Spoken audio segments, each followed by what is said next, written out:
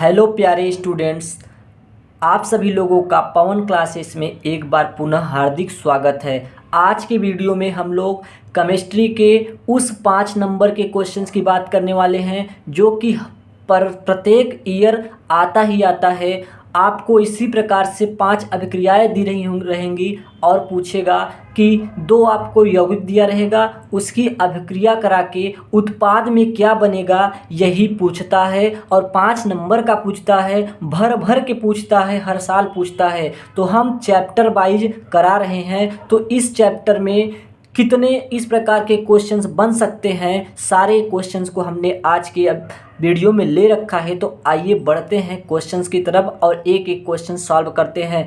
पहला क्वेश्चन दिया है कि जब एल्कोहल की क्रिया PCl3 से कराते हैं तो क्या बनता है। जब एल्कोहल की क्रिया PCl3 से कराते हैं तो क्या बनता है, आइए हम देखते हैं। तो इसके लिए हम एक ट्रिक आप लोगों को मैं बताने वाला हूँ। देखिए ROH, ठीक है, ROH हो गया। अब PCl3, P का एक अणु, ठीक है, Cl 3 जुड़ा है इससे, Cl 1 Cl 2 Cl और 3 Cl। यहाँ से इसको बांट दो तो यहाँ क्या हो जाएगा, तो यहाँ से हमको 3 लगाना पड़ेगा। यहाँ क्योंकि 3 लगाओगे तो भी तो ये 3 बैलेंस होगा। तो यहाँ हो जाएगा 3RCl प्लस, यहाँ से काटोगे आप तो क्या हो जाएगा H3OP3। क्या बनेगा, यहाँ से 3H है तो H3O और यहाँ से P और यहाँ से O3, PO3 होता है, PO3। तो इस प्रकार से हमारा जो ये रिएक्शन होगा हो जाएगा 3RCl प्लस H3PO3, ठीक है। इस प्रकार से हमारा ये रिएक्शन हो जाएगा। जब एल्कोहल की क्रिया PCl3 से कराते हैं तो क्या बनता है, हमारा क्या बनता है, हैलो एल्केन बनता है। हैलो एल्केन बनाने की एक विधि भी होती है। यह ROH से RH की अभिक्रिया PCl3 से कराते हैं, तो PCl3 से कराएं तो हमारा एक हैलो एल्केन प्राप्त हुआ। R का मतलब होता है कार्बन ग्रुप। यहाँ आप मेथेन, एथेन, प्रोपेन, ब्यूटेन कुछ भी ले सकते हैं, तो हमने कॉमन नाम लेके ले रखा है यहाँ पे। दूसरी अभिक्रिया है कि जब एल्कोहल की क्रिया PCl5 से कराते हैं तो क्या बनता है। तो PCl5 से कराते हैं तो क्या बनता है, तो यहाँ पर इसकी भी एक ट्रिक होती है। जैसे आप ROH, अब हमारा PCl5 है तो PCl एक इधर 3 Cl इधर जोड़ दो, आपस में इसको काट दो तो यहाँ से क्या बनेगा, इधर से बनेगा RCl प्लस इधर से HCl प्लस इधर से B से क्या बनेगा, P डबल बॉन्ड के साथ O और यहाँ Cl, यहाँ Cl, यहाँ Cl। तो आइए हम इसको लिखते हैं। तो क्या बन जाता है,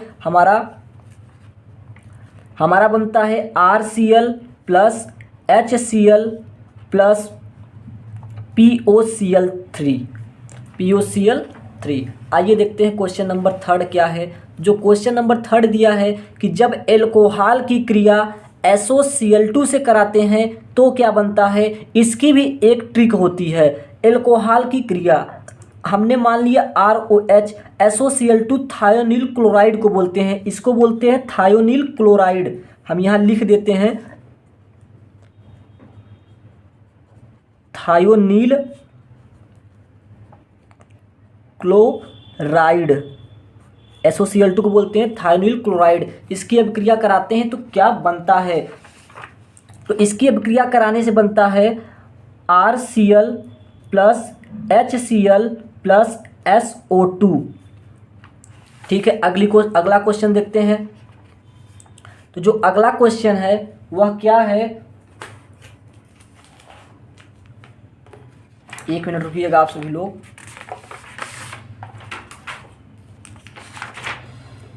हाँ, जब एल्किल हाइलाइड की क्रिया KOH से कराते हैं तो क्या होता है, जो KOH होता है पोटेशियम हाइड्रोक्साइड होता है। क्या होता है, पोटेशियम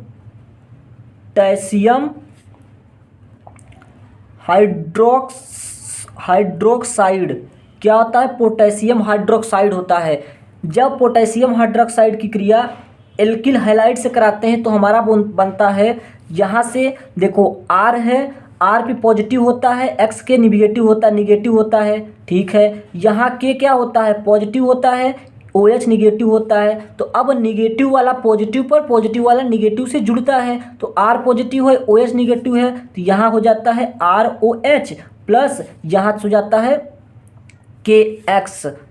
X का मतलब क्या है, X का मतलब है हाइड्रोजन समूह। हाइड्रोजन समूह क्या आता है हमारा Cl, Br, I और Fl। आप कुछ भी यहाँ लिख सकते हो उसके जगह पे। आइए करते हैं नेक्स्ट क्वेश्चन। नेक्स्ट क्वेश्चन छठा है कि जब एल्किल हैलाइड की क्रिया NaOH से कराते हैं तब क्या होता है। जो NaH होता है सोडियम हाइड्रोक्साइड होता है।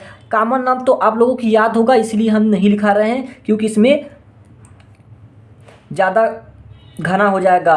तो इसके साथ कराएंगे तो पॉजिटिव निगेटिव, यहाँ निगेटिव, ए पॉजिटिव ए निगेटिव, तो पॉजिटिव किसके साथ, निगेटिव के साथ, तो हो जाएगा ROH प्लस यहाँ NaX, ठीक है। X की जगह हमने आपको बताया कुछ भी आप लिख सकते हो Br, Cl, IF, 4 हाइड्रोजन तत्व होते हैं, आप हाइड्रोजन तत्व कोई भी लिख सकते हो। एल्किल हैलाइड हमने RX ले लिया, R की जगह पर आप कार्बन समूह कुछ भी लिख सकते हो, मेथेन, एथेन, प्रोपेन्यूटन हमने आपको बता रखा है। तो यहाँ से देखो पॉजिटिव निगेटिव, ए हो जाएगा आपका निगेटिव पॉजिटिव और ये निगेटिव, तो यहाँ से जो बनेगा इसमें ए भी होता है और H2O एक्वस फॉर्म में है। तो एक्वस फॉर्म में जब है तो जो यहाँ से बनता है वह क्या बनता है, ROH प्लस 2AgX, यहाँ से ए हमारा प्राप्त होता है। तो हम आइए देखते हैं अगले क्वेश्चंस को। अगला क्वेश्चन हमारा क्या है, तो अगला जो क्वेश्चन हमारा है वो दिया है कि जब एल्किल हैलाइड की क्रिया केसियन से कराते हैं। केसियन का मतलब होता है पोटेशियम साइनाइड, होता है केसियन का मतलब।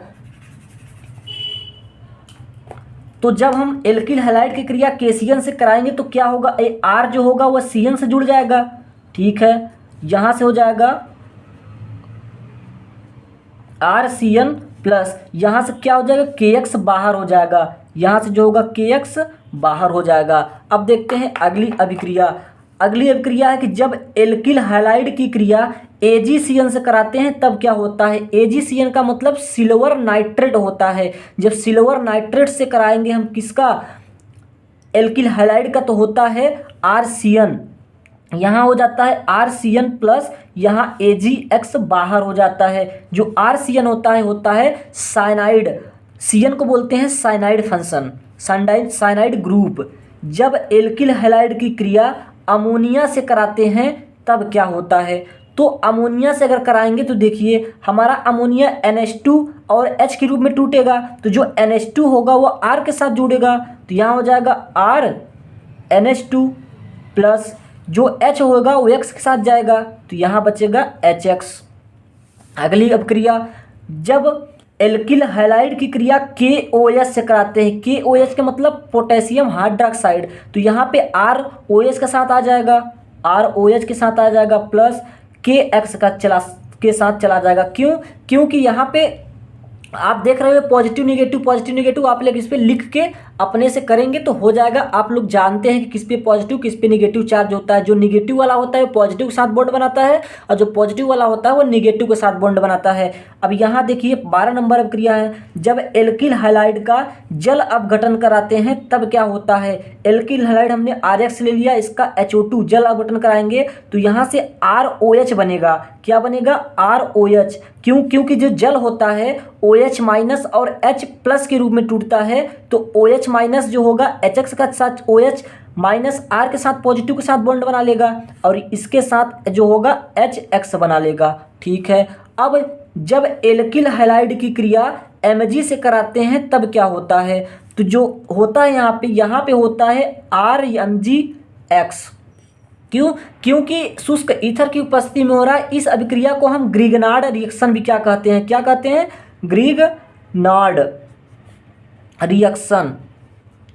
ग्रिगनार्ड रिएक्शन बहुत ही इम्पोर्टेंट है आपके सिलेबस में। ये क्वेश्चन बहुत ही इंपॉर्टेंट क्वेश्चन है। अगली क्रिया, जब क्लोरोबेंजीन की क्रिया NaOH से कराते हैं, NaOH का मतलब सोडियम हाइड्रोक्साइड से कराते हैं, तो क्या होता है। अब देखिए यहाँ पे A निगेटिव होगा, A पॉजिटिव जाके इस पे लग जाएगा और ये Cl A निगेटिव OH जाके यहाँ जुड़ जाएगा, तो ये जाएगा OH यहाँ जुड़ जाएगा और ये जो Na है Cl को लेके बाहर हो जाएगा।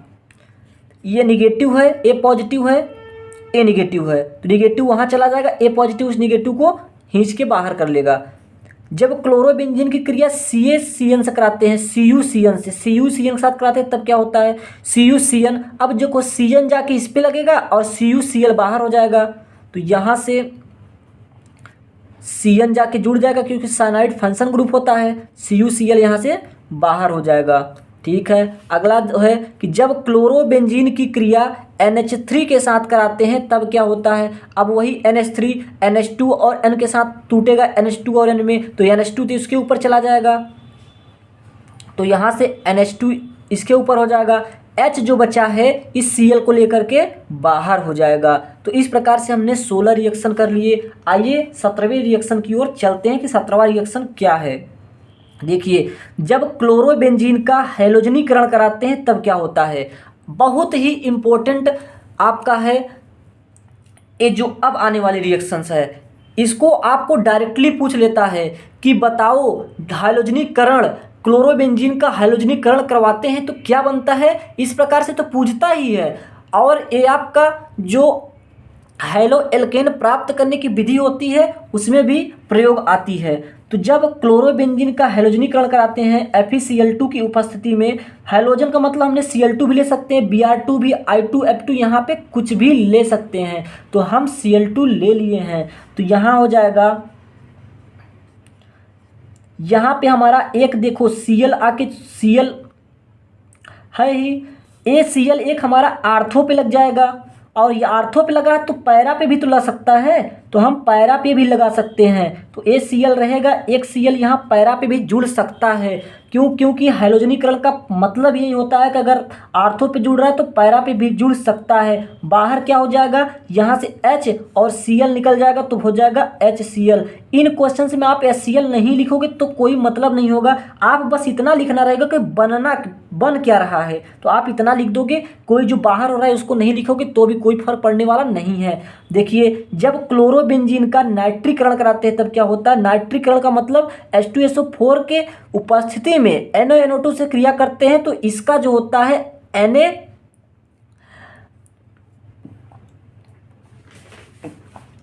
NaNO2 से जब क्रिया कराते हैं तो हमारा जो भाग लेता है वह क्या लेता है, HNO3 जाके जुड़ता है, इसमें से क्या जुड़ेगा HNO3, तो यहाँ से आपका Cl रहेगा, HNO3 एक बार यहाँ पे जुड़ जाएगा, HNO3 आर्थो पर, एक बार ये जाके पैरा पे जुड़ जाएगा, तो यहाँ से Cl ये पैरा पे जाएगा, जुड़ जाएगा HNO3।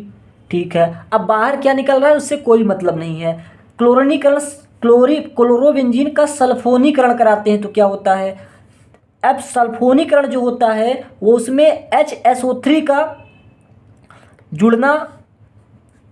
जुड़ता है, तो यहाँ पे देखो, यहाँ पे Cl हो गया, यहाँ पे क्या होगा SO3H जुड़ जाएगा आर्थो पर, एक बार जुड़ जाएगा यहाँ पे Cl और SO3H पैरा पर, इस प्रकार से जुड़ जाएगा। देखिए अगला, जब क्लोरोबेंजीन का एल्कीलीकरण कराते हैं तब क्या होता है। एल्कीलीकरण में जो CH3 है ये जाके आर्थो और पैरा पे जुड़ जाता है, तो इसमें Cl यहाँ पे CH3 आर्थो पे जुड़ गया प्लस Cl और यहाँ पे आके आपका CH3 पैरा पर जुड़ गया। ठीक है, अगला देखते हैं, जब क्लोरोबेंजीन का एसिलीकरण कराते हैं तब क्या होता है। एसिलीकरण में आपका COCH3 जाके जुड़ता है आर्थो पैरा पर, तो यहाँ पे Cl ए जाएगा यहाँ पे COCH3 एक बार आर्थो पर प्लस एक बार पैरा पर, तो यहाँ पे Cl और यहाँ पे COCH3। ठीक है, जब क्लोरोबेंजीन की क्रिया Mg से कराते हैं तब क्या होता है, तो जो यहाँ बनता है Mg से, तो यहाँ पे MgCl हो जाता है। Mg के साथ Cl आके जुड़ जाता है, ग्रिग्नार्ड रिएजेंट A भी होता है। इस प्रकार से हमने जो चैप्टर नंबर 1 है halo alkane and hello arene में जितने भी इस प्रकार के क्वेश्चन बनते हैं कि एक दूसरे से रिएक्शन कराने पर क्या बनता है, क्या होता है, उसमें हमने 22 क्वेश्चन कराए।